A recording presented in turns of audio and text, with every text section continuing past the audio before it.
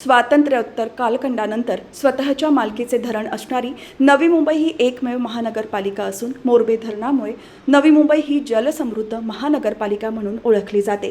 पाताळगंगा नदीची उपनदी असलेल्या धावरी नदीवर खालापूर तालुक्यात असलेले 450 दशलक्ष लिटर प्रतिदिन क्षमतेचे मोरबे धरण पूर्ण भरलेले असून गुरुवारी आमदार गणेश नाईक आणि महापालिका आयुक्त तथा प्रशासक डॉक्टर कैलास शिंदे यांच्या शुभ हस्ते मोरबे धरण प्रकल्पस्थळी पारंपरिक पद्धतीने जलपूजन करण्यात आले।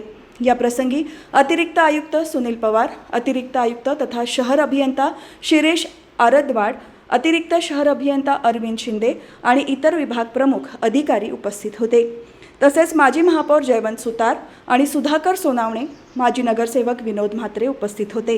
मुंबईनंतर नवी मुंबई ही स्वतःच्या मालकीचे धरण असणारी एकमेव महानगरपालिका असून हा दूरदृष्टीचा निर्णय असल्याचे मत व्यक्त करत ऐरोली विधानसभा सदस्य आमदार गणेश नाईक यांनी नवी मुंबईची वाढती लोकसंख्या विचारात घेऊन पाण्याच्या इतर जलस्रोतांचा शोध घेण्याची आवश्यकता असल्याचे सांगितले।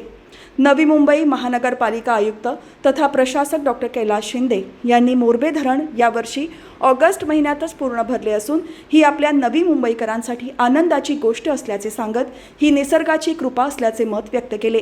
नवी मुंबईकरांना स्वच्छ, शुद्ध आणि पुरेसा पाणी पुरवठा करण्याच्या दृष्टीने समन्यायी जलवितरण कार्यवाही करण्यात येत असून भविष्यातली लोकसंख्येची वाढ लक्षात घेऊन नियोजन करण्यात येत असल्याची माहिती आयुक्तांनी दिली। मोरबे धरण क्षेत्रात यावर्षी उत्तम पर्जन्यवृष्टी झाली असून अत्यंत कमी कालावधीत म्हणजेच ऑगस्ट महिन्याच्या अखेरीसच धरण पूर्ण भरलेले आहे। या क्षेत्रात आज तागायत 3374 मिलीमीटर पावसाची नोंद झालेली असून पाण्याची पातळी पूर्ण 88 मीटर इतकी भरलेली आहे। धरणात 191.463 दशलक्ष घनमीटर इतका जलसाठा असून त्यामध्ये पाण्याचा आज विसर्ग करण्यात आला। अशाच प्रकारे प्रत्येक वर्षी मोरबे धरणातील जलसाठा पूर्ण भरावा अशी मनोकामना करत जलपूजन संपन्न झाले।